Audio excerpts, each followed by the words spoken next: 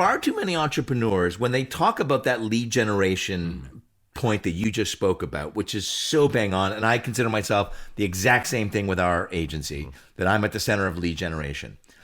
But too many entrepreneurs go, every dollar I spend needs to generate a click. It needs to generate a call. And they take a what we call a D2C, a direct to consumer perspective on it. And that's not the way to do it. In that the fact that you're doing this podcast, there's no direct but what's the ROI on the podcast? Because you know that if all you do is you only evaluate every activity by the actual sale or lead that it generates, right, you will never build a brand. Right. You're just all those D2C brands, they survive only on the strength of every single Instagram ad, and they evaluate the success by how many sales it brings in.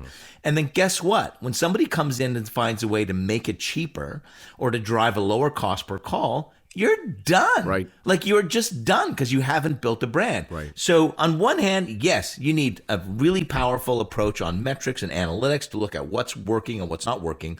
On the other hand, you need to do things like a podcast like this that build a brand over time so that you can actually charge a premium compared to your competitors, so that you have a loyalty that goes beyond price point, because it's really easy to cut price. Yeah, for sure. And if you're competing on price, you are in trouble unless you can really scale it to an enormous capacity, a la Southwest Airlines. And that's not where most businesses are. We could go on, I think, for 2 days here. I will say this, Ron. I'm around this a lot. I used to book 25 to 30 speakers a year. I'm around the brand business a long time, and I've had brand consultants. I have one now. But your approach is one of the freshest, most insightful, most real and authentic that I've seen in a very long time. And I love the way you go about it. I think the book is essential.